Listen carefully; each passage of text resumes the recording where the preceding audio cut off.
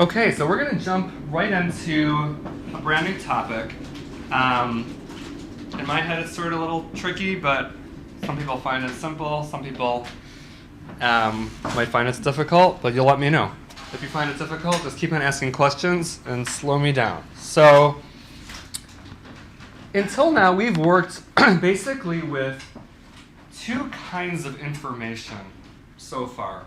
For the first, umpteen days of the course, like 4 or 5 days of the course, we've dealt primarily with numbers, right? All the variables we created were nicknames for numbers. And, pretty much a lot of the stuff we were doing was math related, not like advanced math, like stuff like addition and subtraction. And then yesterday, for the first time, we introduced strings, which are basically, strings of characters, which could represent words or other things like that. I would refer to both of those things, not just as things, but as like types of data, right? So a number is a kind of data, and a string is a kind of data, right? Numbers are numbers, strings are like characters. And today I'm going to introduce you to another type of data known as an array. And let me show you how this works. So I'm going to make a variable. I'm going to go back to my old variable names. I'm going to name this one Fred. And I'm just going to type this out and explain it.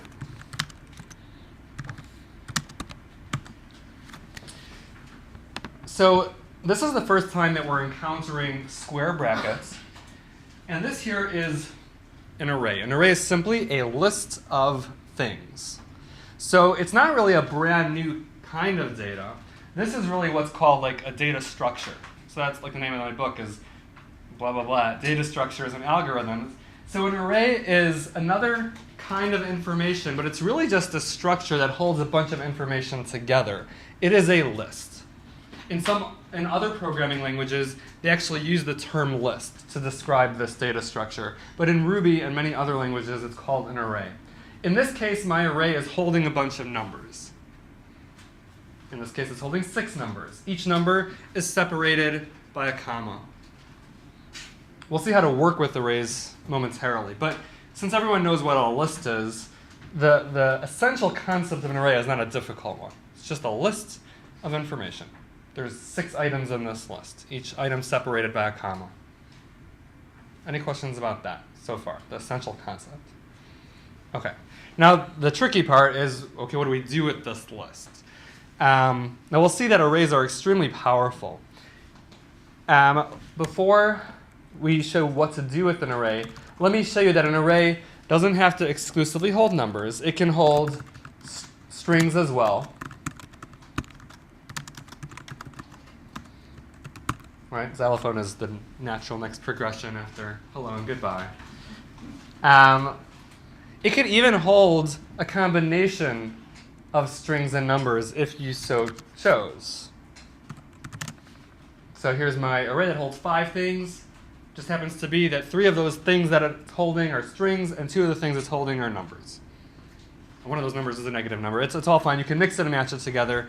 There are languages that say if you make an array, everything has to be that same type of thing. You could only have an array of exclusively strings or an array of exclusively numbers. But Ruby is a more flexible language that allows you to mix all different types of things into an array. But in any case, the array is still essentially this list of items. When I talk about things in an array, I'm used to calling each item an element. So I guess that's the more technical way of saying it. So I might go back and forth using the terms items and elements. But basically, I'm referring to the individual items in the array, whether I say items or elements. I'll try to say items, but I might regress and keep on saying elements. OK, now that we have this array, if we want to look up what is in this array, now here we can see it. But if we want to write code that inspects to see what is within each slot in the array, we would refer to the array by its name. In this case, the only way we have a way to refer to it is through its variable name. So Fred. if I want to check what is the first item in this array, I say Fred square brackets 0. This is one of the first things that throws people if you're brand new to computer programming, is that arrays start at 0, they do not start at 1. Now who can predict what will happen when I run this code as is? I'm just hearing mumbles, but well, it doesn't actually print hello. There's the green thing, which if you recall you should ignore. I'm going to get rid of that. It does nothing because really in its head Ruby does think the string hello, but we haven't done anything with it. So really if we want to have it show up in the terminal, we should not forget to put the P in front of it. It will print it to the terminal. So now if we say pfred 0, that indeed prints the string hello to the terminal. If we print Fred 1, that prints the 2 to the terminal because the 2 is in the 1 spot.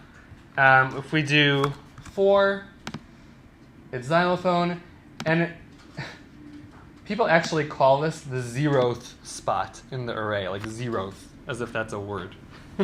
So hello is in the 0th spot. Yeah. If you put Fred 0, would it print hello? Yeah, exactly. So if we do puts, let's say Fred 4, it will print xylophone. Yeah, as we pointed out yesterday, puts is the fancier way to print a string, in which case it gets rid of those quotes, which you don't really want in most of the cases. Yeah. So just like Fred is a nickname for this entire array, this entire list, you know, Fred 4 is essentially, if you want to think about it this way, a nickname for the string xylophone. So Fred 4 basically looks up the element. I can't say the 4th element as much as I want to, because Fred 4 is actually the 5th element. That's super annoying, right? There are actually some programming languages where arrays do start at 1. There's a language called Erlang that starts at 1. Whoever thought that was like brilliant. But most languages, when dealing with arrays, start at 0. So Fred 4 is the 5th element in the array. It is the element at spot 4. Just starting 0, 1, 2, 3, 4. Let me introduce another term. I keep on saying the spot in the array, right? I said that xylophone is in spot number 4. I'm going to introduce a new term called index. Index is just the official word for spot. So xylophone is the string that is at index 4 within this array. The string hello is at the 0th index. If you go home and start talking about 0th to your friends and family, they're like, what, where were you? Were you captured by aliens? So, any questions about this? Okay. Now, if we wanted to change a value at a particular index, let's say we're staring at that goodbye, and we're like, that's so morbid. So let's change it to something friendlier. So which index are we changing? Yeah, 3. 0, 1, 2, 3. Yep. If we want to change what's at index 3, we say Fred square brackets 3 equals, almost as if we were setting a variable or overriding a variable, we change it to something else. Like rainbow. That's a much nicer word than goodbye. And now, if let's do pfred, let's print out the whole array. We'll see that the array has changed, and that the value, the element at index 3 is now rainbow instead of the string goodbye.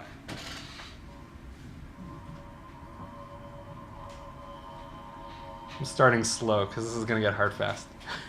But so far, I think this is relatively understandable. Any questions about this? So far we've encountered how you can look up an element at a particular index like this. So this is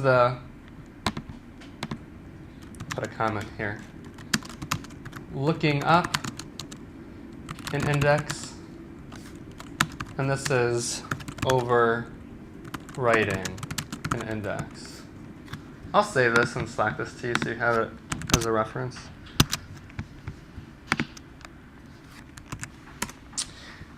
Let me show you something pretty weird.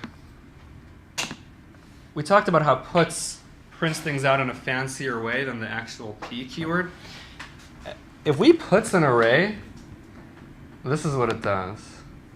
It actually prints out each item from the array on its own line. Not sure if that's useful to anyone, but I'm showing it to you before you get thrown off by that if you happen to encounter that.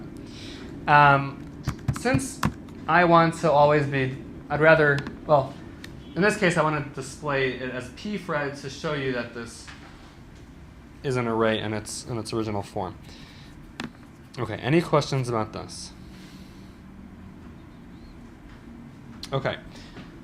Now, ignore everything I said about the puts Fred. So let's pretend for a second we didn't have this trick that I just showed you about puts. What if we wanted, with just using the P keyword alone, what if we wanted to do like a little exercise where we print out each of the items from this array on a new line? Sort of like what's puts doing under the hood is another way to say it. So this, what we're about to do, is so important. This is going to be the underpinning of everything we're going to do for the rest of today, or maybe the rest of the course. And that is the concept of how do we do something with each item in this list one at a time. That's what I'm going to present now. So we've looked up an individual index. We've overwritten an individual index. But if I said, I want you to write code that does something with all the different things in the array, such as I want you to print out each item in the array on its own line, or I want you to print out each, let's say they were all strings. I want you to print out each string on its own line in all capital letters. I want you to do something with each and every item in this array. I will show you now how we do that.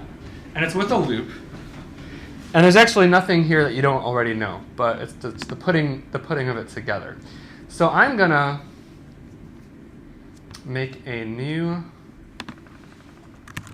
tab. I'm going to make a new array. I'm going to call this array array, because that's a better name for an array than Fred. I'm going to put a bunch of single character strings in there.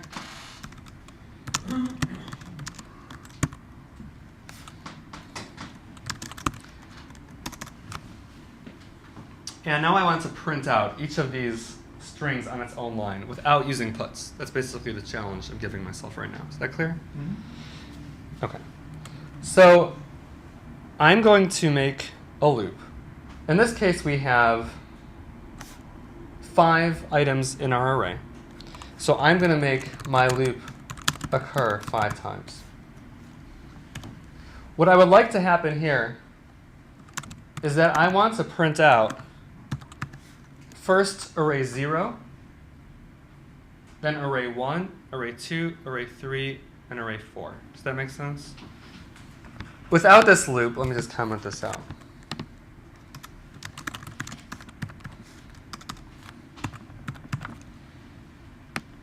I would have to do this all manually.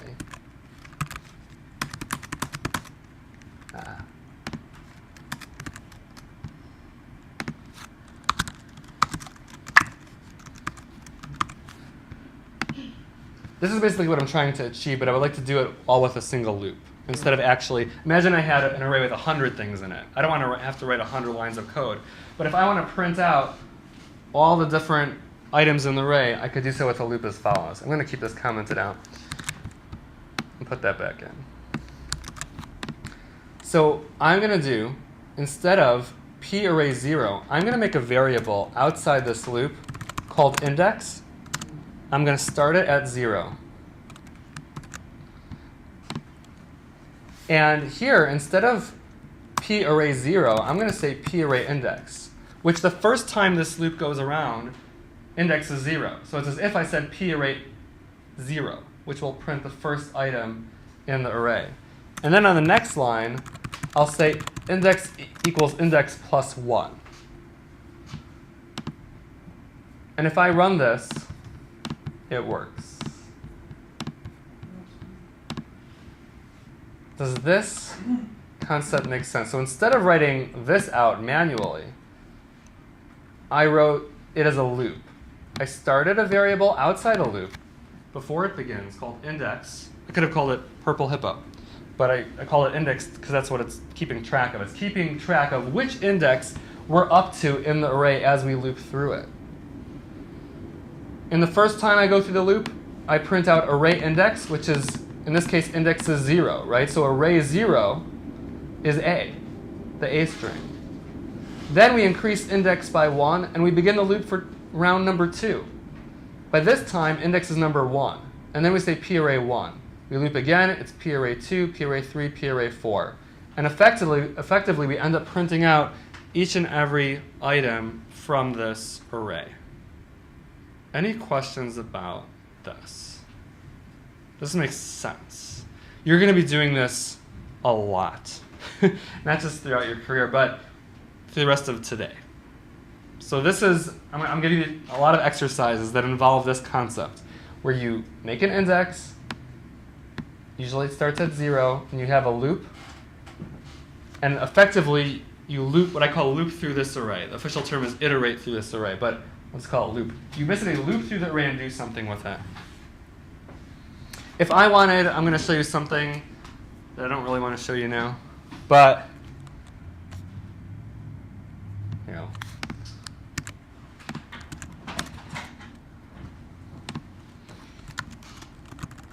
What does this do if I run it? Prints hello. With quotes? Yeah, with quotes. I'm going to regret doing this. That prints out that string in all capital letters. So here, if I wanted to print, if the exercise was print out all the strings from this array in all capital letters, I would just add that dot upcase here, because as soon as I say array index, Ruby pulls down from the array the appropriate string, and then we do dot upcase on it. I don't really want to show that, but I did. Okay, I guess there's no taking that back. But the point is, like, everything we're going to do for the rest of today, for the most part, is exercises that involve looping through an array and doing something with each and every item from the array using a loop. The trick is starting your index at 0 and increasing index each time through index equals index plus 1, grabbing the appropriate item by calling array index, and then doing something with that. Does that make sense? Again, it's going to take a lot of practice. Like, you see it, it makes sense. It's still going to take a lot of practice. I'm going to save this and Slack this to you as well, so you have this as a reference too. Now, would that uppercase give you an issue if you had a mixture of letters and numbers? Good question. So I knew I'd regret showing the upcase. But yeah, Kale is a great question. Let's say there's a 7. Would this blow up if we try to upcase the 7? I think it will I think it will blow up. Yeah. We have an error on line 12, which is here, because in the third time around in the loop, it says undefined method upcase for fixed num, which is a fancy way of saying we cannot upcase a number. So yeah, great question. But forget I showed you the upcase thing. The point here is that we're looping through the array and doing everything with each item in the array. Okay? Any questions? Okay. Ready for your first exercise? Your exercise is, slacking it to you, print out each item from an array on its own line, but in backwards order. So if this was your starting array, instead of printing out from top to bottom A, B, C, D, E, I want you to print out E, D, C, B, A.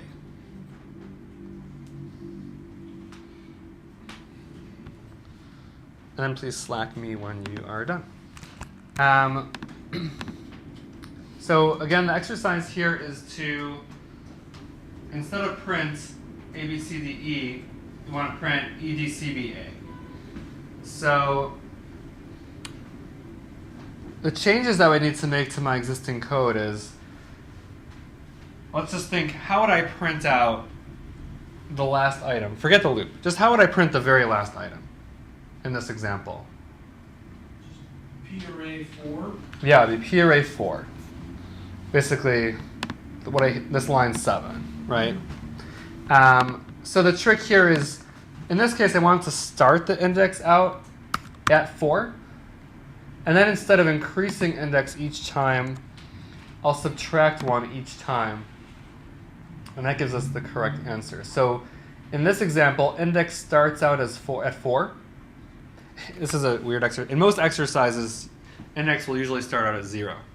But you have to look very carefully at each exercise. In this particular exercise, we're starting at the end and then decreasing index each time. So first we print, if I were to write this out manually, right, it would look like this: 4, 3, 2, 1, 0. So the question essentially is, how do I write all this with a loop? Right, so I start out with P array 4, because index is 4 up here, and then I keep on dropping index, decreasing it by 1 as I go through the loop. Does that make sense? Any questions about this? It's tricky. Again, it's continued practice.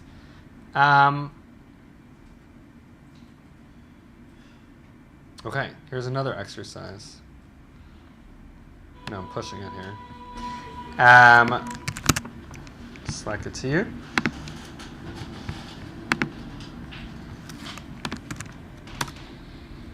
And the exercise is to print out every other item from the array. I'm going to add a 6th item here. So let's say it's A, B, C, D, E, F. So if you ran your loop, I want you to print every other. It's your choice if you want to do A, C, E or B, D, F, but only print out every other item from the array.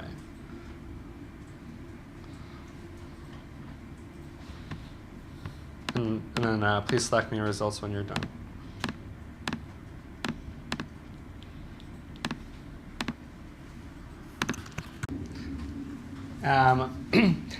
It just occurred to me now that perhaps a useful way in solving these types of problems is doing something similar to what I've done here. Basically making a bunch of comments for yourself and being like, okay, if I were to write this out manually without a loop, what commands would I need to do to accomplish this problem? So here, let's say I wanted to just print out every other one, let's say A, C, and E. So what would I be printing out manually? P array 0, and P array 2, and P array 4. That's right. So recall, when I say array 0, that immediately grabs this A string. When I say array 2, it grabs the C. When I say array 4, it grabs the E. And that's what I want to print out. Does this make sense that this is what I would like to manually, if I were to write this without a loop, I would be writing it that way. So now that I do want to write this in loop form, the trick is, how do I get my code to to write those commands of array 0, array 2, array 4? So if the first thing I want to print out is array 0, then it might make sense to start my index at 0. This way, the first time the loop runs on line 10, it says P array index, which would be referring to P array 0. And that would print out at least the array 0, which would be the A, which is the first thing I want to print out. Now, if the next thing after that I want to print out is array 2, then my question is, well, how do I get from 0 to 2? So one approach might be index equals index plus 2. So I'm always bumping up the index to 2. And then the next time around, it's going to bump it up to 4. So that actually seems to be the pattern that I do want to get at. I may have to reduce the number of loops here to 3. But this does seem to work. If I wanted to do the other set of 3 of B, D, and F, then I can start my index out at 1. This way it starts with the B, but then index becomes 3 and 5, and I get my B, D, F. Does this make sense? Is that helpful to start out with the comments to like sort of visualize, okay, where does my loop need to take me? Any questions about this? And again, it still takes practice. So you could like see this and it makes sense, but when given an exercise, it still may be challenging. That is the gap between reading code and writing code. And writing code especially just takes a ton and ton of practice. Obviously from like a processor standpoint, because obviously I saw it with an if statement. Okay.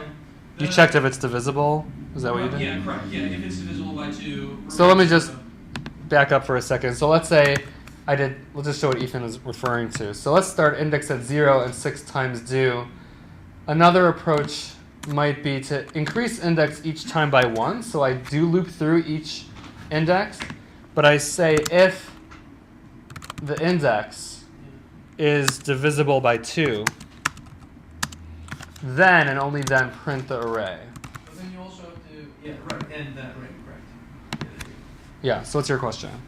No, like, is that bad? I guess I recognize that the processor runs 3 times in your case is over 2. Yeah. But like, I guess is it bad in general as an approach that like my brain is deviate towards like an if statement of like, hey, let's just pick the things, funnel out things we want, funnel out and not the things we don't. There's rarely ever a good or bad when it comes to tech. It's just to tech, it's like evaluating 2 choices and what is better and what is worse in given situations. Okay. Sometimes you have 2 ways to solve a problem, and one is good for certain situations, but the other is better in other situations. It's always a trade-off. Everything in technology is a trade-off. Here, the one trade-off between my version and your version is like you pointed out, my version runs just a loop 3 times, so your code might take twice as long. Does that really matter when running a loop for 3 or 6 times? It's negligible. No one would ever know the difference. Yeah.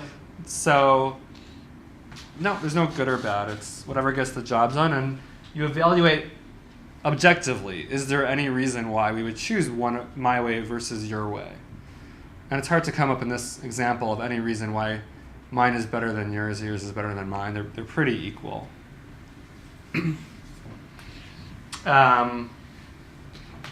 Great question, though. Any other questions about this? Okay. Let me demo something similar. I'm going to create a new array, this time of numbers. Let's start over. So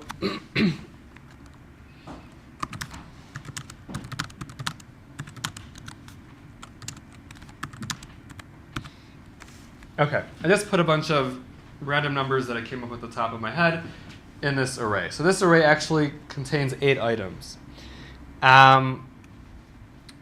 Let's say I wanted to print out all the items from this array that are even.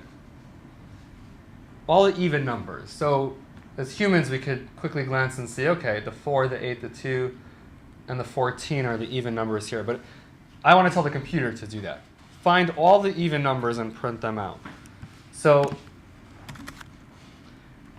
since this array has 8 items in it, I'm going to run a loop 8 times.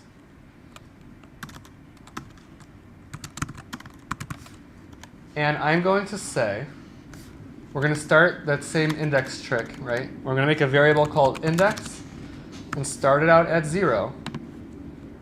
And as we loop through the array, we're going to increase index by 1. But then as we go through the array, we say if array index, meaning if,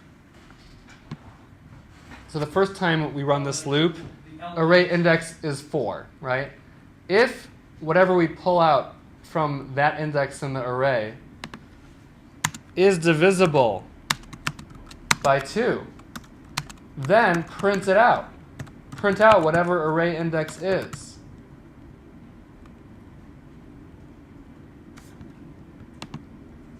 And that does the trick. So again, let's walk through this again carefully. So there's nothing really new here that you haven't seen before. It's just another application of this stuff. So I'm going to keep track as I loop through the rate. So at the beginning, index is 0, right? As indicated on line 4. So the first time I run the loop, if array index, so index is 0, so what is array index? 4. Array index is the 4. So if 4 is divisible by 2, which it is, then print that 4. Print array index. And then move on where we increase index by 1. We now run our loop the second time. Index is now 1. We say if array 1, which is the 8, is divisible by 2, which it is, print array index, which is the 8. We increase index by 1. The index is now 2. If array is divisible, if array index, which is the 2, is divisible by 2, which it is, we print it. Increase index, so now index is 3. Now in this case, when index is 3, array index is actually a 3, coincidentally. That's confusing. Let me change that to a 9. So if array 3, which is the 9, is divisible by 2, the 9 is not divisible by 2. So we skip over line 8 and we conclude the end. We conclude the if statement. We then move on and increase index by 1. So index is now 4, and we begin the loop again. So effectively, we end up printing out only the even numbers that are contained within this array. Yeah? So is writing that if statement, is that the same as putting if blah blah else in? Yeah, I could put, if I understand you correctly, I could put an else there, like else otherwise do nothing. Right. But I don't have to put the else. Right. But it's the same. Yeah, this would be the same result. Okay. Mm-hmm. Yeah. So you don't always have to have an else. You know, this would just, without the else, it simply reads, you know, if this, then do that. Move on. You know, otherwise. We don't necessarily have to say otherwise do nothing. It just sort of happens on its own. Any other questions about this? Again, this is. I mean, obviously the big thing is practice, but I think also one thing that really needs to sink in is how you access something from an array, right? When I say array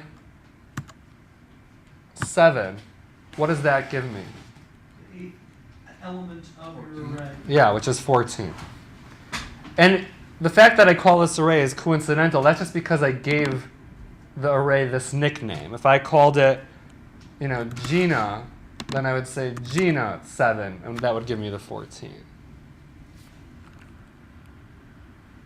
So I think that's one of the pieces that hasn't sunken in to everyone yet. So, but that's over time will become more natural. So on line 9, when you see array brackets index, like what is that? So that is referencing the entire array and looking up whatever item is at this particular number. So array 0 would give me 4. Array 7 would give me the 14. As soon as Ruby says array index, that is immediately replaced by the appropriate value, by the appropriate item from the array. And then we check if that particular number is divisible by 2. If it is, we do something. What do? We end up printing that very number.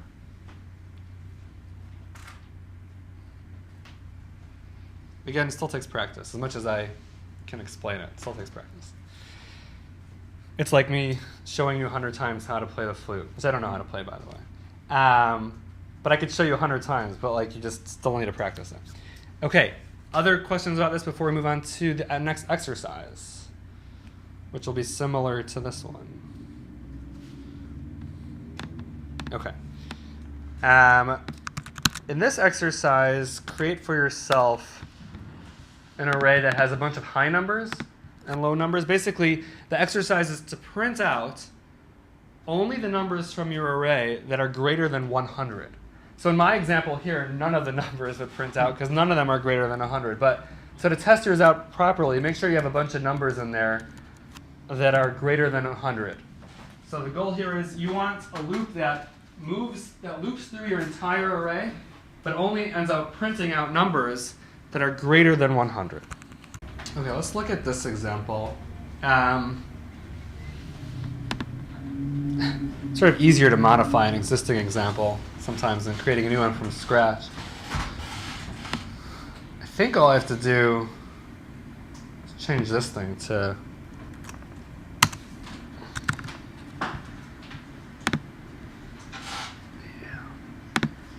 So it's basically the same thing I had before, except that as we loop through it, we say if the item we're up to is greater than 100, then print it.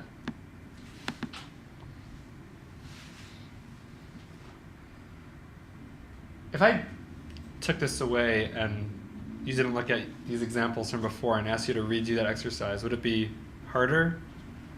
Or would Yes, harder. But we can also just record, usually recording whatever you're typing. Yeah. I'm just wondering if that's a worthwhile thing. Okay, I'll leave it. Any questions about this?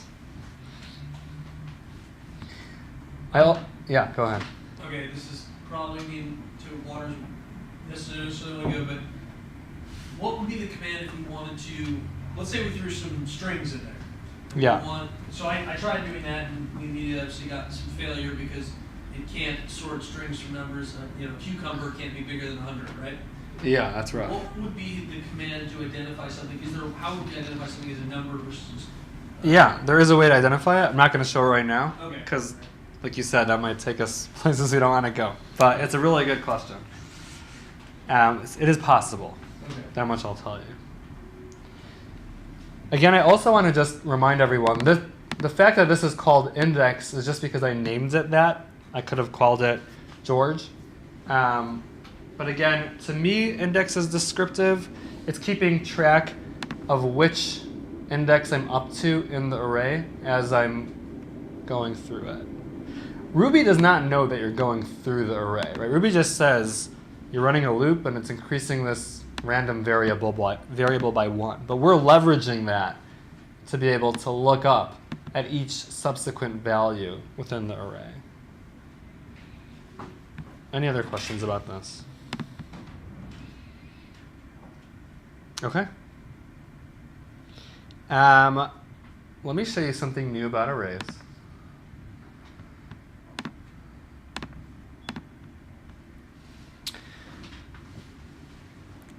I'm going to make an array called Julie. Is there a song like that? An array named Julie? I don't think so. Now you've never really seen that before. If you look carefully, this is just 2 square brackets with nothing in it. This is what we call an empty array, which in a vacuum is quite useless. It's a list of nothing. It's like someone giving me a shopping list with nothing on it. Actually, I would love to have that. If my wife gave me a shopping list with nothing on it, that'd be the best shopping trip ever. But that has not happened yet in my life. But this is an empty array. If I wanted to add things to this array, one at a time, I could do it as I showed you before. I could say, well, Julie at index 0. Let's just make this my shopping list. So the first thing we're going to get is eggs, right? And then we're going to get milk, etc., right? Another way I can do this, if I don't really care the exact order in which these items are dumped in, I can use something called the shovel operator, which would look like this. Those 2 angle brackets. We'll see why this is useful in a second. So this says, dump eggs at the end of your array. The next line says, dump milk, bless you, at the end of your array. Just put another thing in there. Definitely need sushi. Right? It's part of the staples of the grocery list. So eggs, milk, and sushi. What if you do the opposite? Are you able to do it the opposite way? Yeah, hold on one second. So if I print this out, I get eggs. I get an array containing the string eggs, the string milk, and the string sushi. It is in that order because that is in the order in which Ruby ran these lines, right? Ruby runs line 3, then 4, then 5. In each case, we're throwing on the new string at the end of the array, right? But when I throw eggs at the end of the array, it becomes the only item in the array. When I get to line 4 and throw milk at the end of the array, milk now becomes the last thing in the array. So it becomes eggs, milk. When I get to line 5 and throw sushi at the end of the array, then sushi is now at the end, and it becomes eggs, milk, sushi as we see that final result printed out from line 7. Yeah, what was your question, Kale? So, if I was saying if you were to change it the opposite direction for the arrows, would that be putting it at the beginning of the list? No, there is a way to put at the beginning of the array, but there is no convenient operator like that. You'd have to use some other trick. Gotcha. Yeah. So the default assumption is that if you want to just indiscriminately add things to your array, we're just going to add it at the end. Good question. Other questions about this? Let me show you how this can actually be really useful. Well, it's useful in many situations, but let's make a new program like this. I'm going to make a new array that's empty. I'm going to give it a variable name called numbers. And I'm going to make one of these interactive programs like we did yesterday. So I'm going to say, please enter 6 numbers, one at a time. And then I'm going to start a loop that runs 6 times. And it will say, please enter a number.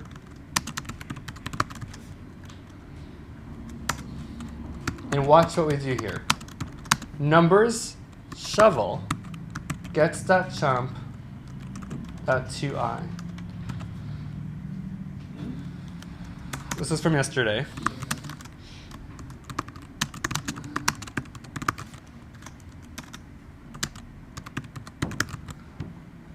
Let's run this program and then explain it. So please enter 6 numbers one at a time.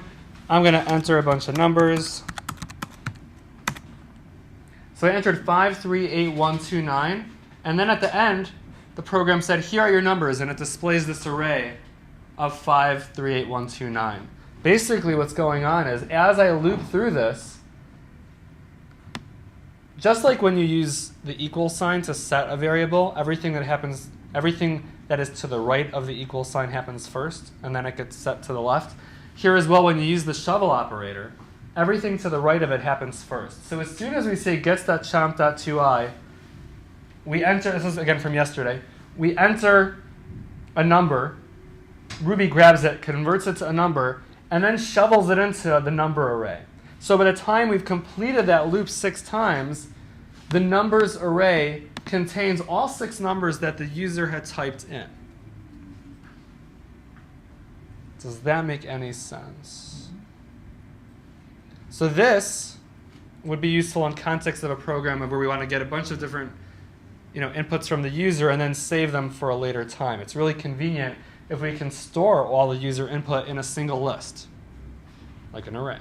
And now if we were to use the same thing that we did yesterday where we used the pound and curly braces with the variable in there, will it print the entire array itself as well?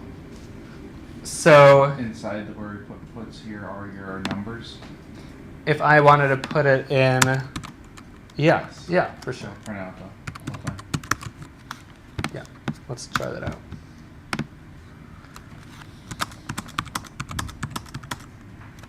Yeah, so here are your numbers and it displays, yeah, I could have done that. Yeah. What did it do differently? Nothing, it's the same result. Oh. Just Kale was pointing out that since I taught interpolation yesterday, I could have used that to show the result that way.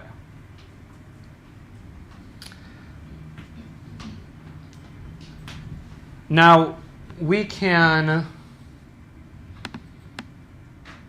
let's say I wanted to print out your numbers on individual lines, the ones that you entered, without using the put statement.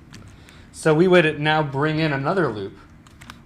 So let's say here are your numbers, and then start a loop. And this is very similar to what we had before. We're going to start. Can you still see this when I make it that small? Good, because I can. Index is 0. 6 times do. We're going to say p numbers index. Increase index by 1.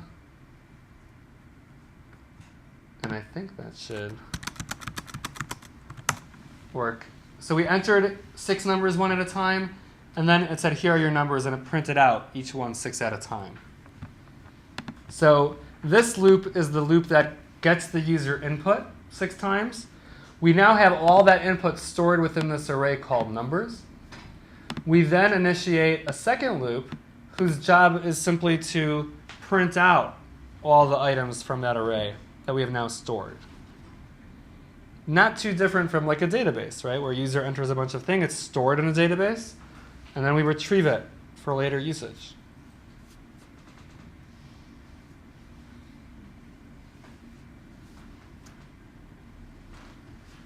But what's interesting here is that in this code, I've never created an array that already had data in it, right? I just started out with an empty array. You'll find that in many of the algorithms you write, very often you start off with an empty array before a loop. That's a very common situation. Ready for? Yeah, we're gonna just do 2 quick exercises and then we'll break. So here is exercise number 1. And that is to ask the user to enter 10 numbers, but then only print out the odd numbers. Basically say, oh, here are your odd numbers, and then only print out the odd numbers that the user typed in. Okay, so this is a tricky problem.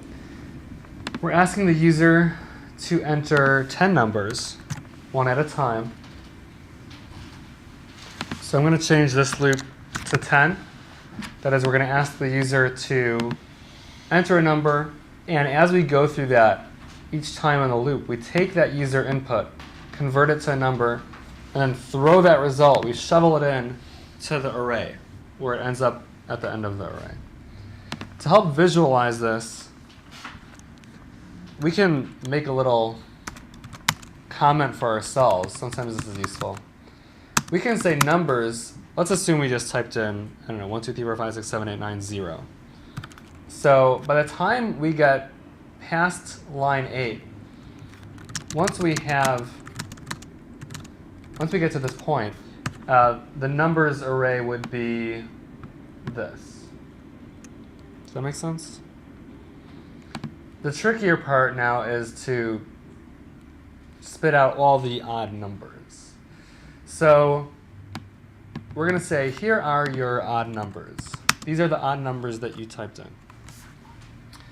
Once again, we're going to start out with an index at 0 because we want to start checking the array at index 0 and increasing index one at a time and looking at each element as we go through the array. Since this is an array that contains 10 elements, we're going to run this loop 10 times. Now, it's good to run your program frequently, even before you're done, just to see like where we're at. So right now, if I entered these inputs, the computer ends up printing out all the numbers that the user had typed in. The one modification you want to make to this now is make it so that we only print out the odd numbers that the user had typed in. So that's where we need to introduce a conditional statement within this loop.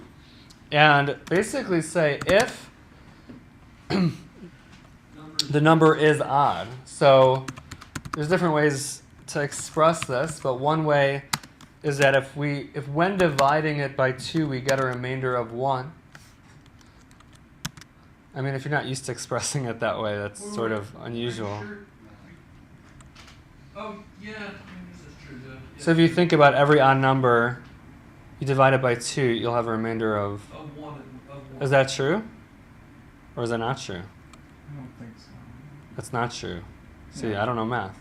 Just proving it again. No, No. yeah, no, it will. You're right. It's. I just thought about it as greater than 0. Well, let me just take a bunch of things. So 5 divided by 2, Is 7 divided by 2, 2, 11 divided by 2. 5,001 divided by 2 is 2,500, remainder 1. So you're still right. It should Am I always, right? 1 should always. Should we bring out the calculator? The calculator of truth. 5,001 divided by 2. You need 2,500, essentially remainder 1. I think so. I think that's actually correct. I Okay. Think of it that way, but that does. Okay. Well, I mean, if you. I'm going to go with that until we can refute it. I was gonna say, I mean, Yeah. you can easily just go with 0, and then do an else. And then do else- yeah, we that could. way you know Yeah, that's a it's- good. That's smart. Yeah. So let's do that next. But let's assume, let's make up a math that we're creating our own mathematical principles. We'll say the law of odd numbers was first discovered in 2017 by a group of people studying programming in Chicago. Let's assume this means odd.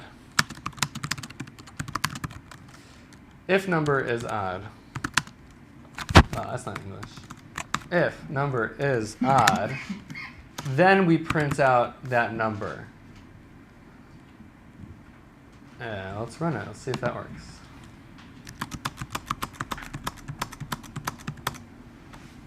Yeah, so it prints out 13579. So far, our mathematical principle seems to be well-founded, or unrefuted so far. Kale and Ethan were mentioning, if we didn't know this mathematical principle, well, we know how to find if something's even, right? If it's divisible by 0. So if the number is even, do nothing else. Print out that number, which I think would also work. Sure. Yeah, I just put divisible by 2 is greater than 0. So like, is it? That's another mathematical principle. Yeah. Well, it's because it's 1 and 1 is greater than 0. Yeah. Right. Yeah. Yeah. Yeah, well, I did that, but I did it as percent to not equal to 0. But we didn't learn that. Yeah. Um, That's right.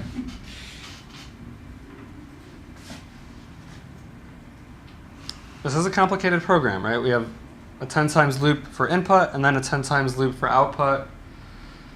Again, it's always easier to read the code once it's written than to figure out how to write the code when asked to do so. Again, that's where the practice comes in. That being said, are there any questions about this? Okay. I'm going to skip the second exercise. We're going to take a 12-minute break since I kept you so long. So that would be, see, I don't know math. What's 12 minutes from now? 47? 7:47. The next concept that we're going to talk about is something called a function. Now, I spent a long time today looking for what I think is the best analogy for a function, and I came up with this. So are you familiar with the Dr. Seuss book about Sneetches? So the Sneetches book is really an allusion to things like racism. Basically, it's about there's these creatures called Sneetches, and some Sneetches have stars on their bellies, and some Sneetches don't have stars on their bellies. And basically, they become jealous of each other. At first, the Sneetches with the stars are very snooty and saying, we're the good ones, and anyone without a star means they're inferior. And basically, this guy with the green hat comes and invents this machine that can make it that even if you don't have a star, if you go into this machine, you can come out with a star and be like all the star beings. I do not want to focus right now on the morals of this book. I actually just want to focus on this machine. That's where I'm focusing on right now. So in this machine, we have clearly this in thing and this out thing, which I'll call the input and the output. The input into the machine are the sneeches that do not have stars on their bellies. The output are the sneeches with the stars on their bellies. It's pretty straightforward, right? Input, output. Functions are very much like this machine, except that they're blue. No, they're not blue. Or yellow. Let me show you what a function looks like. Oh, Risa, do you mind letting Shane back in? Sure. To get the top. Yeah.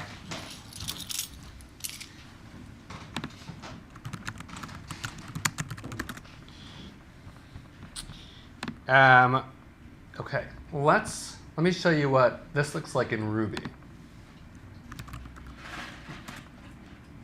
However, we're not going to use sneeches either. I'm going to make a machine that instead of putting in sneeches, we're going to put in numbers. And the output is going to be the doubled version of that number. Meaning if the input is 2, the output is 4. If the input is 4, the output is 8. If the input is 16, the output is 32. And that's the extent of my math. I'm not going to go higher than that. That's risky. So let me invent that machine. And again, this machine is called a function. I'm using the special, there's a lot of new keywords at play here. I'll walk through all of it. Let me just get it out. The name of my machine is the double machine. It is a doubler. If it takes a number in, it produces as its output the doubled version of that number. It is going, again, don't worry about getting every detail right now. There's a lot of stuff going on. I will review this, but this here, after the def means we're about to create a function. The name of the function is double machine. It is going to accept a variable called input variable. You'll see. Hold on. End. That is the end of the function. You got him? Yeah. Just go to the bathroom. Okay.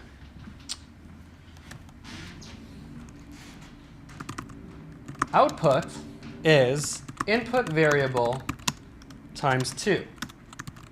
Return output. I know none of this makes any sense right now.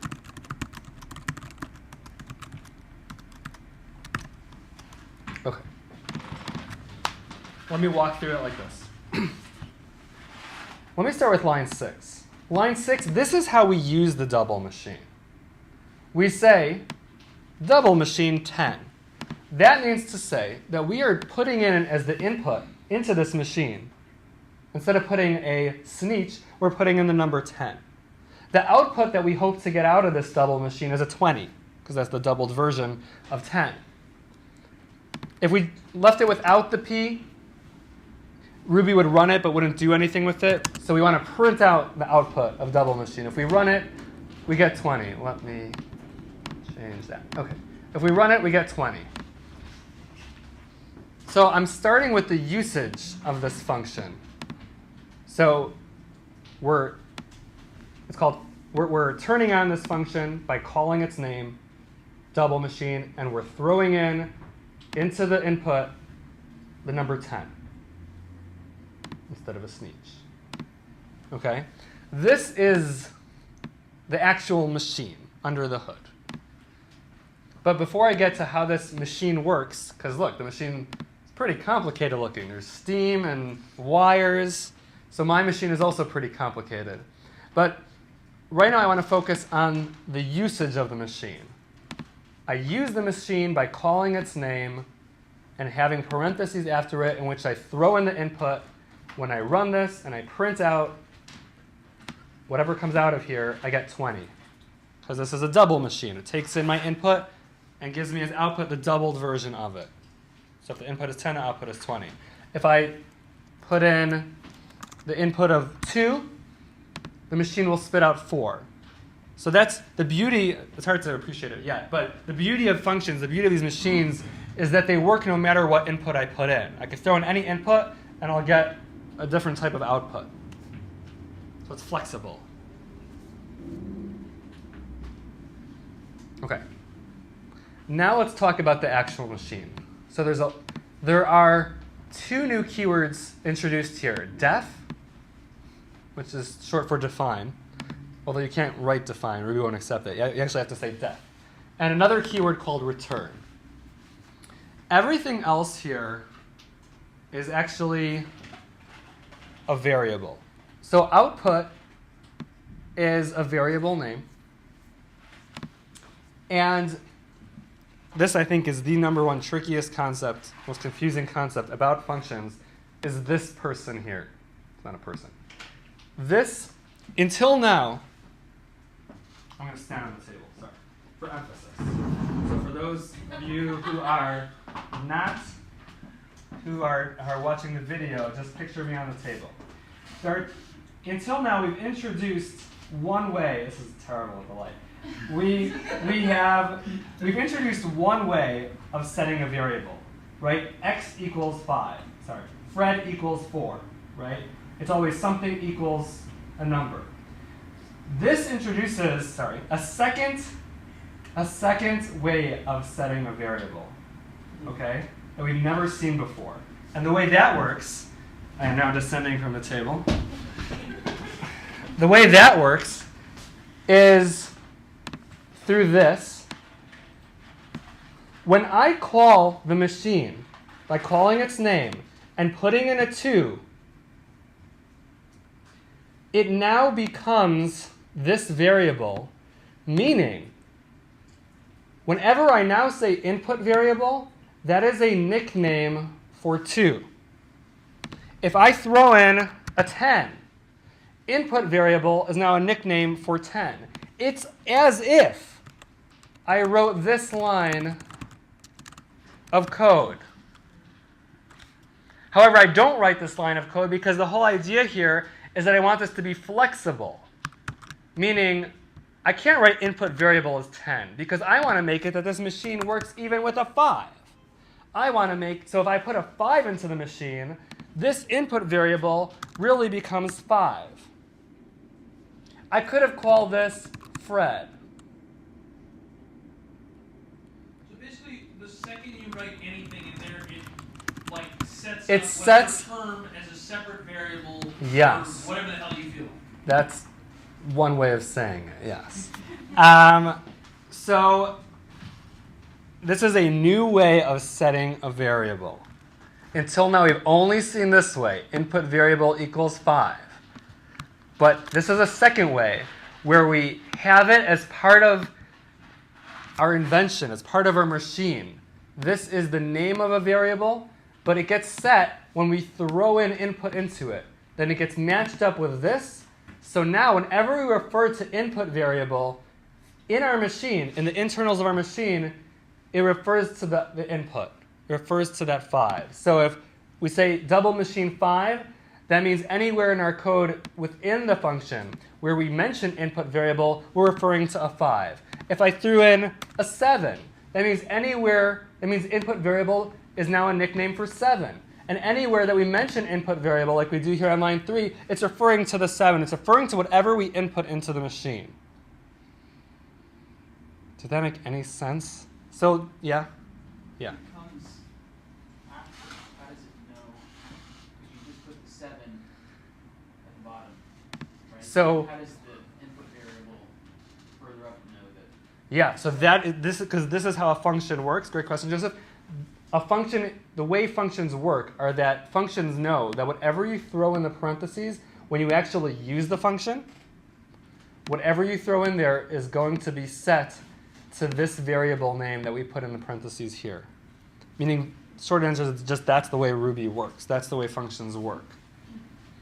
Now again, if I put Fred here, Ruby doesn't care what it says here. This is a variable name. Just like I can name any variable, any name I choose. So if I name this Fred, then throughout the duration of this function, whenever I refer to the variable named Fred, I'm referring to the input.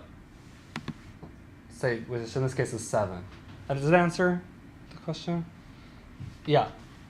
So let's say, I guess, question. So you were throwing up the Fred example, right? Or input variable. I just tried to run then like print input variable in this case, and then it said undefined local variable method. Why, if by doing that, when we type in whatever number we're setting? Let me come back to that. Good question. So, but let me first tie this all together. So now, I'm going to rename this variable again called input variable. It says if we set over here input variable is 7. However, we didn't. We don't need to. This is a new way of setting a variable. So now let's follow the code the rest of the way through. We're now making up a new variable. I could have called this Lisa, but I called it output. Output is the name of a new variable, and this I'm setting in the traditional way of variables. I'm just saying output equals something. Output equals input variable times 2. So if the input variable is 7, output is now 7 times 2, which is 14.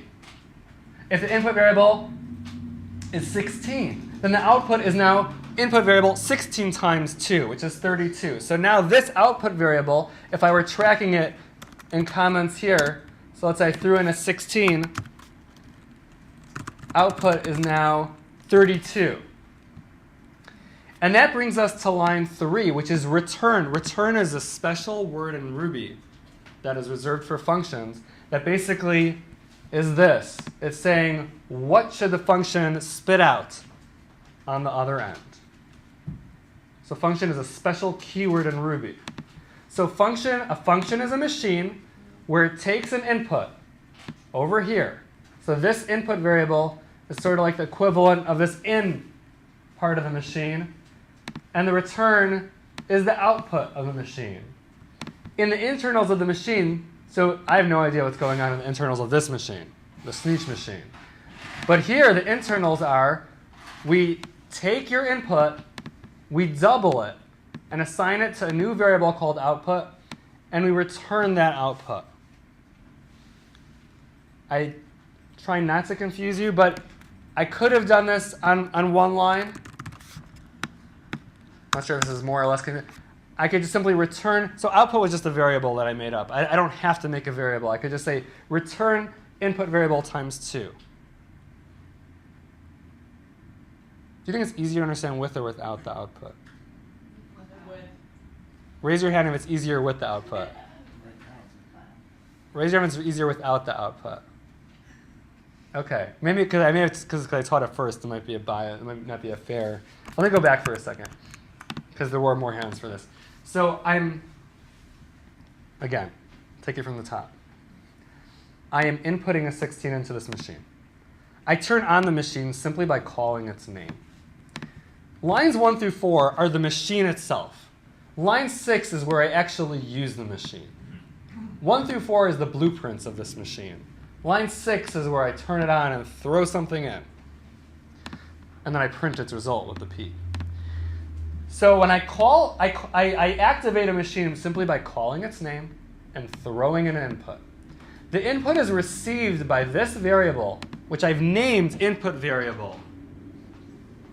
That's just the name I gave it. Could have named it Fred. This is a new way of setting a variable. Because I never said input variable equals 16 anywhere. This just happens when you throw a number into a function like that. Now, whenever we say input variable within this function, that refers to the 16, because that's what we input. On line 2, we say output equals input variable times 2. So output is 16, in this example, times 2, which is 32. We then return the 32, and that is what's output by the machine. So when we run this, we basically say print double machine 16. That goes, we throw the 16 in, it makes a lot of noise, steam comes out, and whistles and bells, and then the machine returns the output, which is 32, and we print that output over here, and that's why we see 32 when we run this program. Whew. Does that make any sense? Questions? Yeah. Well, you would say it runs from the top down, but It does. if it's starting out reading line 6, or is that? So good question. Josh has an excellent question. How does Ruby actually process this? So when Ruby processes this program from top down, it starts on line 1. The thing here is, though, when Ruby sees def, it's saying, okay, I'm seeing here a description for the blueprints of a machine. But I don't have to do anything. I'm just going to register in my mind, okay, there's this machine called double machine. This is how it works. Noted. Keep that in my memory. Then we move on. We get to line 6. That's where we actually activate and use the double machine. So Ruby is going top down. It's just that we don't see Ruby doing anything as it proceeds from lines 1 through 4. But Ruby is doing something. It's saying, okay, I am registering in my mind there is now this thing called double machine that does this. Does that make sense? Great question. Other questions? Again, the more you work with this, which I will have you do a lot of tonight, the more you'll get used to it. There's nothing inherently complicated. It's just sort of like, I mean, this isn't necessarily, this might be complicated. I don't know what's going on here. But it's basically showing you what's connected to what, which wire is connected to what. Hey, Jay. Yeah. Hey, Cassie. I have a quick question. Yeah. What does the return do if it works with or without it? Yeah, the return is necessary in the function because whatever you say, whatever you are returning, that is what gets spit out of the machine. So if you commented that line out and ran it, does it still print with the 16 in there? Or does it Yes, but only because of something I'm not revealing to all of you yet. Okay. But just take it for granted right now. So right now I'm lying to you and saying, no, it won't work. You need the return. Okay. But I'm lying. You don't need the return, but that's only because of an exception, of a special rule, which will confuse everyone. So I'm ignoring it now. Let's assume you absolutely need the return for the function to work. If you don't have a return, nothing will get output from the machine. Thanks. Yep. Other questions? And you would get an error if you put it on the bottom of it and if you swap them. What should I do? So if you take the whole function and swap it underneath. So you mean if I put this on top? Yep. So Kale has a good question. What happens if I do that?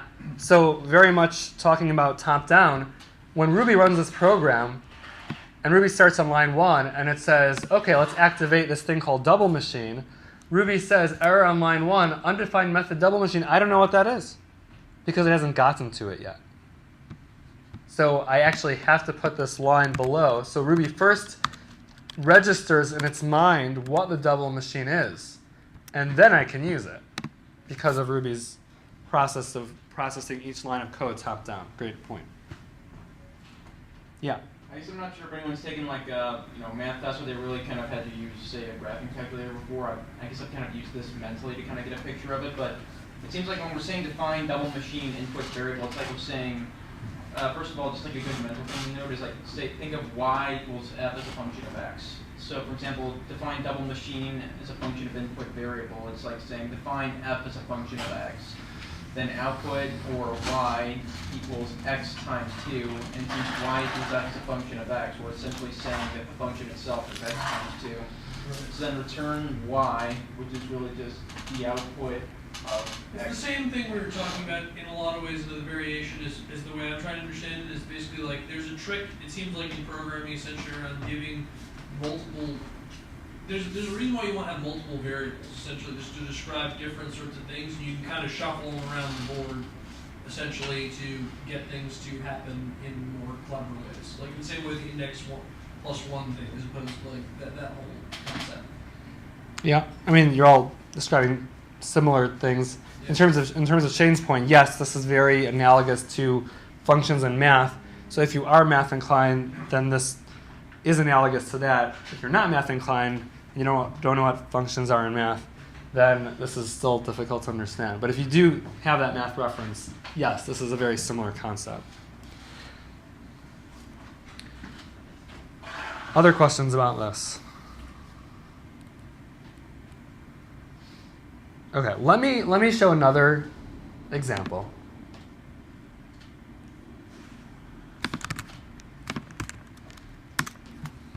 I'm going to build a new machine.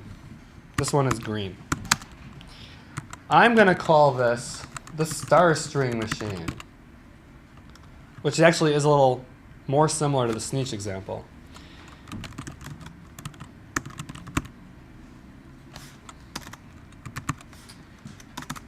What I want to do with the star string machine is I want to put in a string as the input. So before, in the previous example, I put a number in as the input. And in this example, I want to put in a string. Maybe I'll call it Sneech. And what I want this machine to do is return as its output a string that looks like this. Basically, throw stars at the beginning and the end of it. So basically, I want the output to be a new string that has that initial word in it, but it is now surrounded by 3 stars on each side. So that's my goal. So I'm going to put this down here as if input, for every function you can specify, at least in your mind, what is the input. If the input is this, what will the output be? So if input is Sneech, then output is Sneech with the asterisks on each side. So I'm going to build a machine that does this. So remember, when we activate this machine by calling its name and dumping in this Sneech string, that string Sneech can now be referenced by this variable name called input variable. This is, again, this new way of setting a variable that I set on the table to demonstrate. I will now say output, I'll make up a new variable, is going to be, I'm going to use some interpolation here. Well, I'll put 3 stars on each side, and in the middle, I'm going to interpolate the input variable, which will, in this case, will be Sneech, or it's whatever string I put in there. And then say, return output.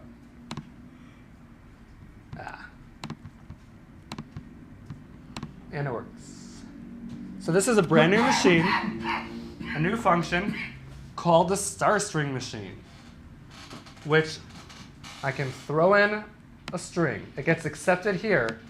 We now have a new variable called input variable, which refers to whatever I input into the machine. We now create a new variable called output, which is this interpolated string where we insert the input variable in between sets of asterisks. We explicitly return that output so that comes out of the machine, and the result is this new string of Sneech surrounded by asterisks. Does that make sense? What was that? So the new concept here is the concept of the function. Basically, this structure, the fact that you can make this machine, that you can put in different input and get different outputs. So if I put in something else, I know what I'll put in. I'll put in J. J will look good in stars. So I could put in anything and get a desired output. Again, the beauty of these machines is that it's like this flexible being that you can throw in different things at it, and it will do a particular result. You'll get a different result each time. In this case, I want this result. I want to have J or Sneech or Fred surrounded by stars. In the first example, it's like this magical thing that any number I throw at it, it will double it.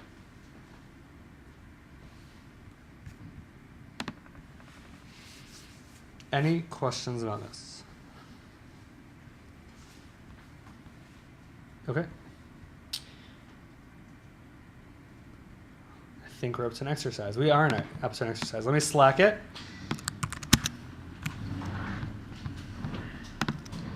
So the exercise is as follows. Create a function that takes in a number as its input and returns the square of that number. So for example, if the input is 4, the square of 4 is 4 times 4, which is 16. If the input is 5, then the output is 25, because that's 5 times 5. So the input is a number. The output should be the square of that number. Again, the square of a number is that number times itself. Please slack me your results when you are done. Okay. But the main idea being the same. So we're creating a brand new machine.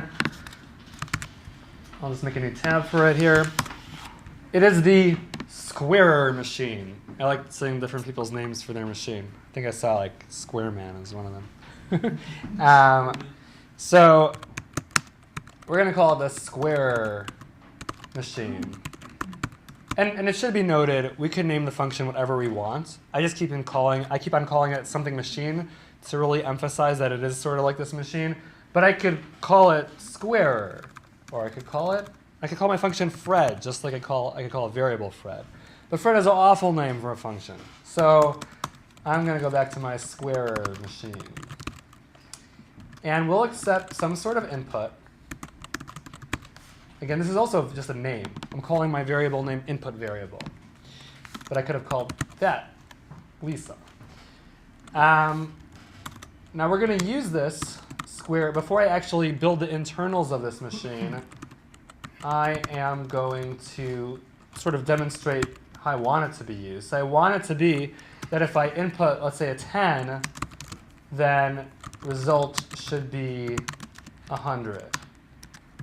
Because 10 times 10 is 100. If I input a 6, then the result should be 36, because 6 times 6 is 36. So that's what we're trying to really test a function. You really need to test it with at least 2 inputs, right? Imagine here. This is the wrong way to make this function. I could say return 100, right? No matter what. So if I just run p squared 10, I think it works. Gave me 100. But little do I know that if I also throw in a 6, I get 100. Right? The beauty of these machines is that the output depends upon the input. So return 100 is not what I want. I mean, if I wanted a machine that always produces 100 no matter what I throw in, then that is a good function. But that's not what I'm looking for. So for those who like seeing the outputs, I'm making a new variable called output. The output is going to be the input variable. And this is where I saw 2 different approaches. One way is input variable times input variable, and then return output, which works. Another way, some people got fancy and remember that we once mentioned the double asterisk 2, which is basically input variable to the second power, which achieves the same result. One is not better than the other. Did that reverse what I did with input variable on the other side also, not by 2? What do you mean? Came out like, so I did input variable, double asterisk, input variable, and I was like, Oh. 12 is not like 8,460. So I thought I was being sneaky, I wasn't. Yeah. But that's another cool thing about functions is that it's up to you what the internals are. As long as the output is good, it doesn't really matter what the internals are, as long as the output is always what you want it to be. Any questions about this? I feel like you're getting the hang of the functions. Again, there's nothing inherently complicated about it. It's just some new concepts, and I think people usually get mixed up with what connects to what. But don't worry, it's going to get a lot harder. So what do we have next? We have another exercise. Coming your way on general.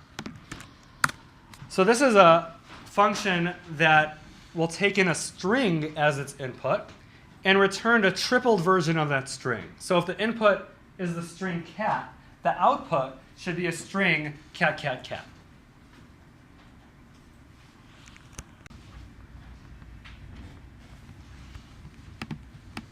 So we want to make a machine that is a word tripler machine. So Sam used per cubed. That's assuming you're always get a cat. I'm gonna go on a limb over here, and instead of calling this input variable, I'm gonna name this variable something else. I'm gonna call it word, just because I can. I can name it whatever I want. But here I wanna. The reason I'm changing it up is to emphasize to you that this is just a variable name, so I can name it whatever I want. The goal here, it always makes sense to start with using the machine before you build its internals. So I want to make it so that if I throw in cat into the machine, that sounds bad, if I throw a cat into the machine, it's going to output cat, cat, cat. But I also want to make it that if I throw in a dog into the machine, the output, it's not any better, I know. It's dog, dog, dog. Okay, now, I saw 3 different approaches among your submissions on how to build the internals of the machine, and that's cool. They all work, and I don't think there's any advantage of one over the other. But one way we can do it is through interpolation. I know some of you did it this way. So output is word, oh, this is super hard to type. Word.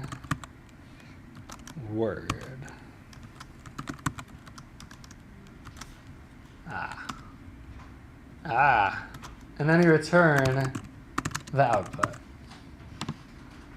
Let me get rid of the green things. So that's one way to do it. Any questions about this?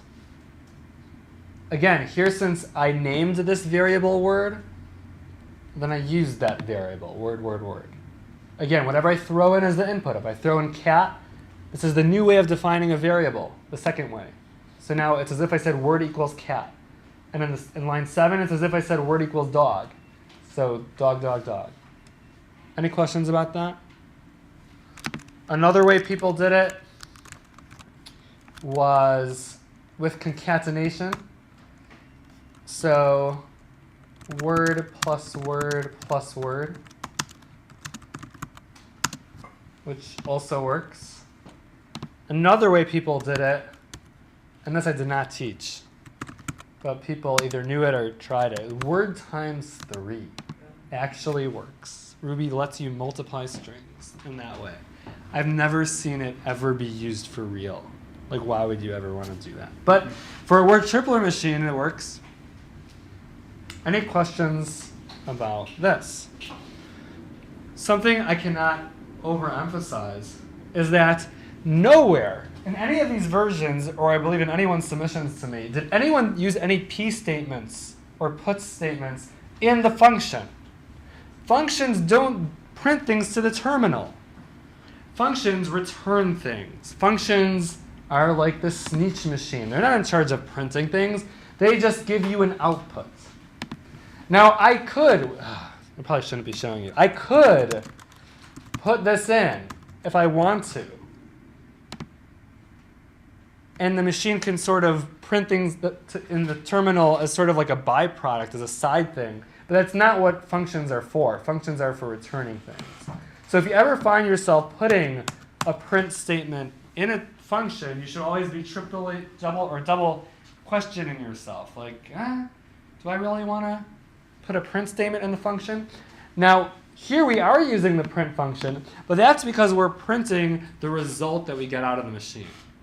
The machine is not in charge of printing things. The machine is just giving us an output. We can then take that output, and on lines 6 and 7, we can print that output to the terminal. But the machines should pretty much never be printing things themselves.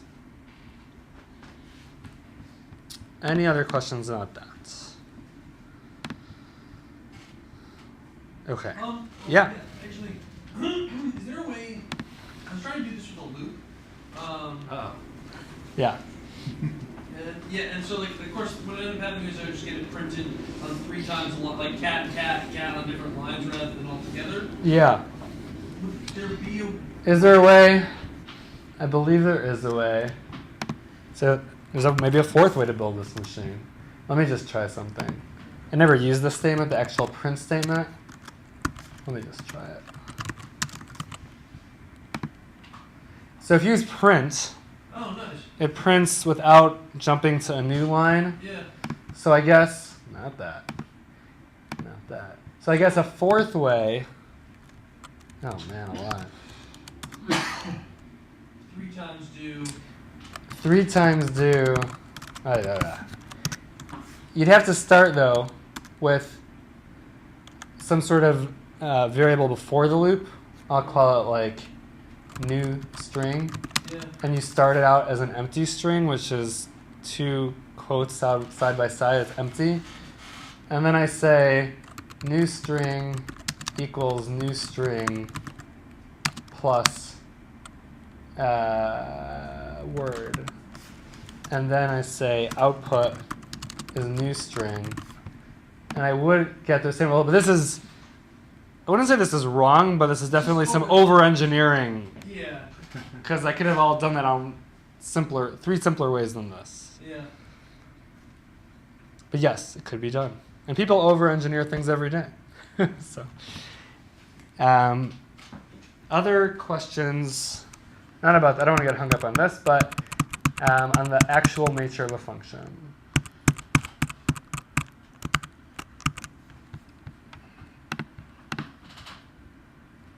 Okay. Let's take a 10-minute break, and we'll meet up at 8:47. And we'll do the last segment. So until now, we've always been throwing a single item into the input of our machines, of our functions, right? Just like in the Sneech machine, we can pull that up, right? One Sneech goes in at a time, right? Each Sneech goes in, and a Sneech comes out with a star on it. However, with functions, you can actually have more than one input at the same time. Let me show you what I mean. So I'm going to make a new function called an adding machine. And it's going to take in 2 different inputs, number 1 and number 2, which I've separated by a comma. I'm not going to build the internals of that machine just yet. But what I want to do here is the way I want to use this machine is that I want the input to be 2 different numbers, and I want the output to be the sum of those 2 numbers. So specifically, if I said adding machine 2, 7, I want this machine to take those 2 inputs, add them together, and I want the output to be 9, since that is the sum of 2 and 7.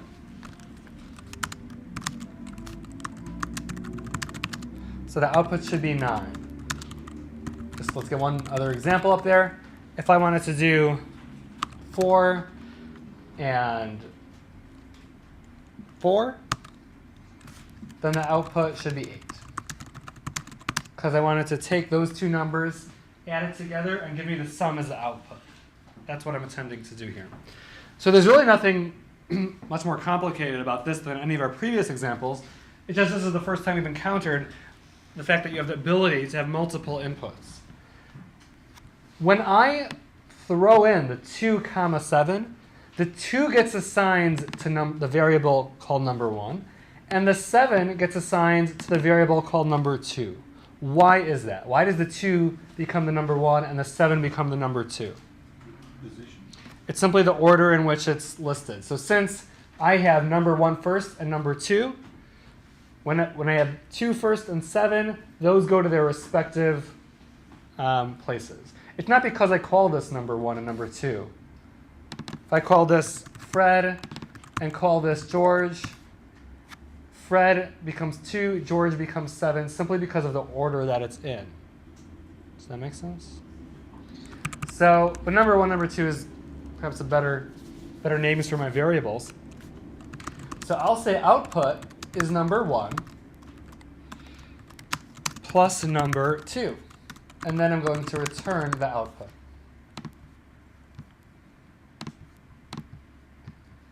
So this works. So the only new concept you've introduced here is the fact that you can have comma-separated variables and then comma separated inputs that get thrown in and assigned to the respective variables. Any questions about this? Yeah. Is the indexing start at 0 in these like arrays, or does that not matter? It doesn't matter because we never refer to anything by its index when dealing with the function. Yeah. Other questions? Good question. What happens if I use the machine this way and I try to throw in a third thing? I'm going to try to cram in a 2, a 7, and a 3. What's going to happen? I don't think anything's going to happen just because it's going to return 9, or whatever, 9, because there's no... You're saying it's going to ignore? It's going to ignore the 3. Yeah. Perhaps in a different language. But in Ruby, Ruby takes exception to it. And let's read the error message very carefully. And this, if you read this, it actually makes sense. Yeah. On line number 1, in an adding machine, wrong number of arguments, given 3, expected 2. It's saying we've expected 2, what they call arguments. We expected 2 inputs, but you gave us 3, so I blow up in anger and resentment. No, it's not angry. What if I only put in 1 input, even though when I built the machine, I built it for 2? What will happen here? Not that you'll know, but just take a guess. I mean, wrong number. Yeah, same thing. Here it says given 1, expected 2. So if you reserve space for 2 inputs when you build your machine, you must, when using the machine, give it 2 inputs. Those are the rules. Again, this machine is summing up my 2 inputs. Would blank count if you said comma blank? No, it wouldn't. It would blow up right here because if you have a comma, you need something after it. Yep. There are workarounds to this kind of thing, but we're not getting into that. What if you did string? So One if I string and 1 number. Well, okay, good question. Let me ask a precursor to that. What would happen if I put in 2 strings? If I put in cat and fish, it will do catfish because it's basically taking this variable plus this variable, and we saw we could add strings together. So this machine is just following the literal instructions, this plus this. If you could add strings together, great. If you can add numbers together, great. Now returning to Kale's question, what if I tried to add a cat string plus a 2? It would blow up because just like I can't do string plus number, that's exactly what's going on over here because this number 1 is a nickname for a string, cat, and number 2 is a nickname for a number 2, and you cannot add those 2 together. You cannot add those 2 different data types together. A lot of things can go wrong with functions. Yeah, Joseph. So number 1 and number 2 relate to They relate. 4 plus 4, whereas like line 6 and line 7 of the code, you could add a line 8 and put 5. Yep. So it's 6. It's just how many times you're running through the machine. Yeah, exactly. So I'm running the machine 3 times. Every time you mention its name, you run it. You always have to make sure to throw in the right amount of inputs when you do so.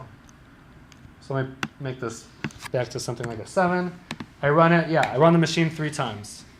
Just like this machine has 4 sneeches going into it. This machine, I throw 3 sets of numbers at it. And it does its magic and gives me the sum as the output. Any other questions?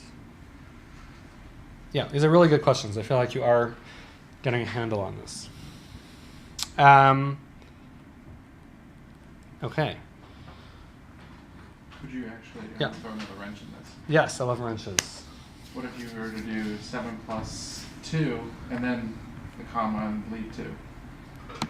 7 and 2. No, you do in this first part, you do 7 plus 2. Here, No, As the first as variable. the first variable, as the first argument what line should I be on? on 6. On 6. So we'll go, Yeah, 7 plus 2. yeah. Will that take it? Yes. Because Ruby processes this first, it will immediately calculate that as, oh, I know what that is, that's 9. So it's as if you said 9 plus 2, 9 and 2. Yeah. Other questions? Okay, let me throw an exercise at you. Very similar to this. I want you to create a function that accepts 3 different numbers as inputs. So this one has 2. I want you to make a function that has 3 inputs and to return the product of the 3 numbers, which means number 1 times number 2 times number 3. So if the inputs were 2, 4, and 6, the output should be 48, because 2 times 4 times 6 is 48. And please slack me when you're done. So we're creating a, what do you all call this machine, this function? Any good names? Some, but it's products, right? Multiplination? I like that. You sold me. No, we're going multiplination. Multiplination, number 1, number 2, number 3. So we're going to use this by throwing in 3 numbers. Oh, I don't know what these outputs should be. Well, this one's 18, because 9 times 2 times 1 is 18. 4 is 16 times 5, what's that? 80. What is it? 80? Great. 32 Output. is 64 plus 16. Okay, I'll take your word for it. 30, this should be 60, right? Yes. 5 times 6 is 30 times 2 is 60. Okay. So in terms of the internal, so output is going to be number 1 times number 2 times number 3. And we return the output, oof, something went terribly wrong. So, oh, I call it adding machine still, right? We don't have an adding machine anymore. We have a multiplication thing. So let's replace those. And now we got 18, 80, and 60. Any questions about this? Okay, so as you might imagine, you can work with an infinite number of inputs as long as you use the corresponding number of inputs in your machine. Okay, now this is where things get fun, which fun might have different meanings to different people.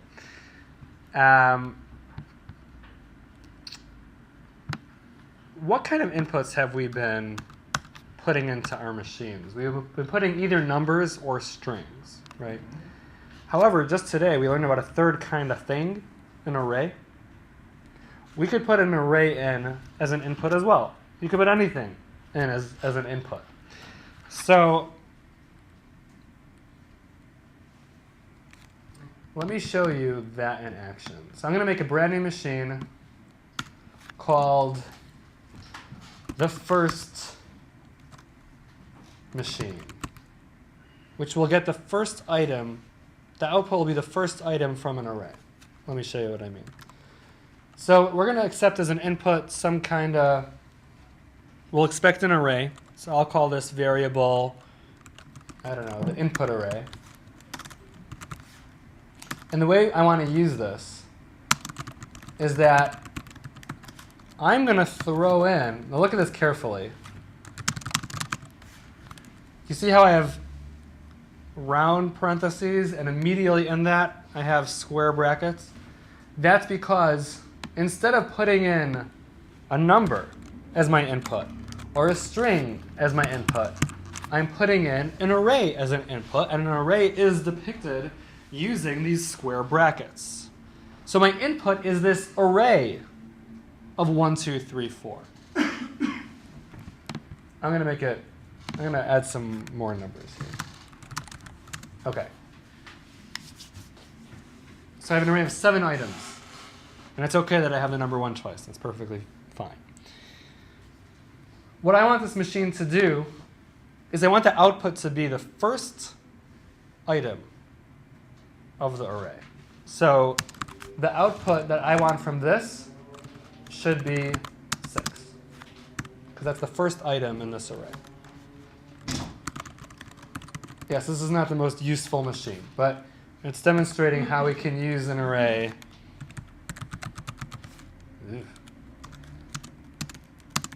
Here the output should be, Output equals first machine 0. one second, what do I want the output to be on line 6? 7. Good. So, Ethan, you want to walk us through it? Yeah, I mean, this is just what I'm guessing. I could be Yeah. wrong.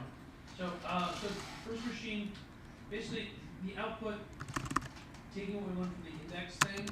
Uh-huh. So output is equal to first underscore machine 0, since it's the first element of the array. So what I think you mean, so we're not going to refer to first machine in the first machine, but you want to refer to the Sorry, input. input array, yes, Yeah. yes, correct.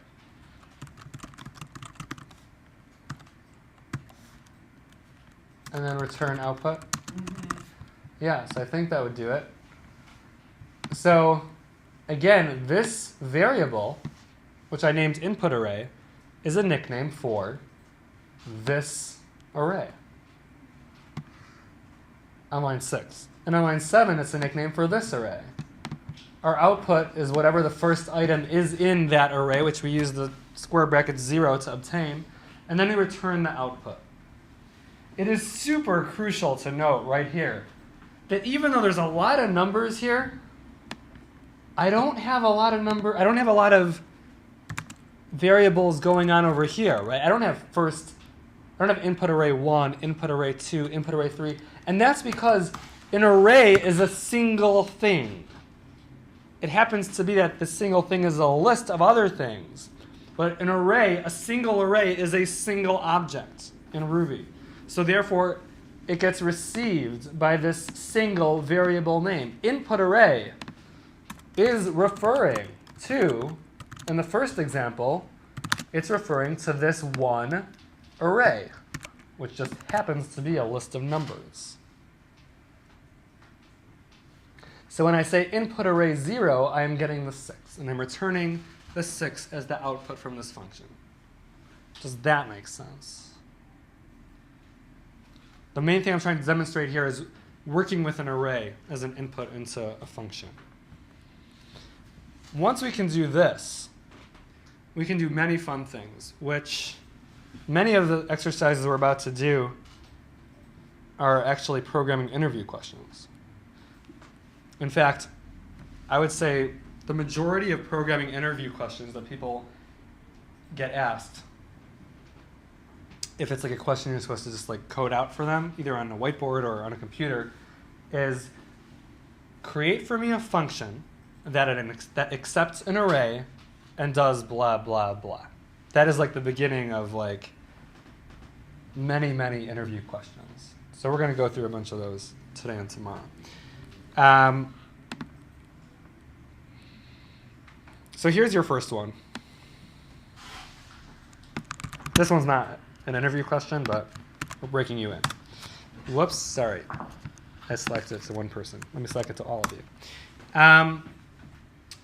Create a function that accepts an array as its input, just one array, and returns the same array, returns basically the same array, except that now it has an additional 100 at the end. So for example, if the input was 1, 2, 3, 4, an array of 1, 2, 3, 4, 5, the output should be this new array of 1, 2, 3, 4, 5, 100. Basically, it's tacking on a new 100 as a new item at the end of the array.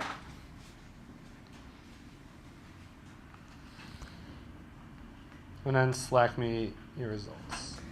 So the exercise at hand is to create a machine, a function, that accepts an array as its input and returns as its output pretty much the same array, but now with a new 100 at the end of it as a new element. So what's a good name for this function? 100er. Okay. I don't have a better one. Hundreder. And it's going to accept as its input some sort of array, but it's up to us how we want to name that variable. I'll call it array. No, I'll call it input array. And the way we want to use it is if we throw in an array of 1, 2, 3, 4, 5, the output should be that same array with the 100 as a 6th element.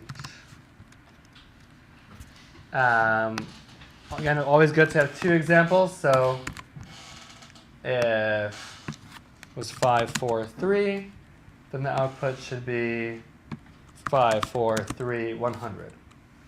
So we're using, by using the shovel operator, we can say output is the input array with just 100 shoveled at its end, and then return the output. And I think that works. Let's get rid of the green things.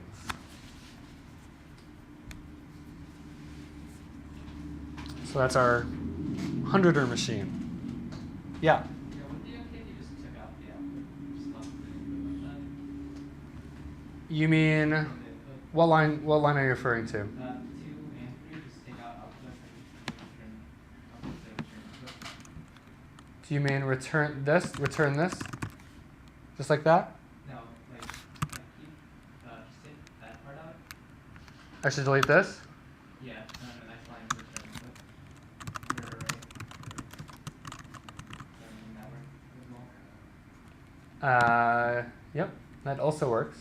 Question, how about, let's say, new array, or like, output equals brackets input array dash comma 100?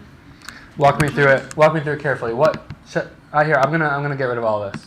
Tell me what I should type I'm trying in. to figure out whether this works without the shoveling thing. That's all I'm trying to figure out. So in this case, it's just, I can't get it to work, and I was wondering how you would make this work. So output equals brackets input array comma 100 close brackets. So that doesn't work. However, meaning array. You end up getting like the first array, then comma 100. Yeah, because basically this will end up being that, which is an array inside of an array, which has its uses. We're not going to get to it in this course because it's super confusing. But yes, that's what you'll end up with, which is not exactly what we want. But you could do this, actually. I don't think I demonstrated this before. I think this works. You could add arrays together, and they become one array. Yeah, that's kind of what I was looking for. Yeah, so that would also work. So there's another way to build that machine. But I never showed you adding arrays before. So if you add, very simply, if I add an array, let's say of 1, 2, plus an array of 3, 4, it combines them into one array. So that is another way of doing it. Any questions about this? Okay. So the next exercise is 2. And I'll Slack it to you as well.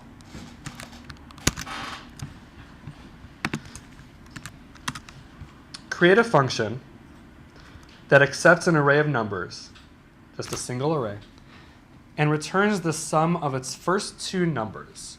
For example, if the input is the array 5, 6, 7, 8, 9, the output should be 11 because that is 5 plus 6. So we're only really taking into account the first 2 numbers from the array.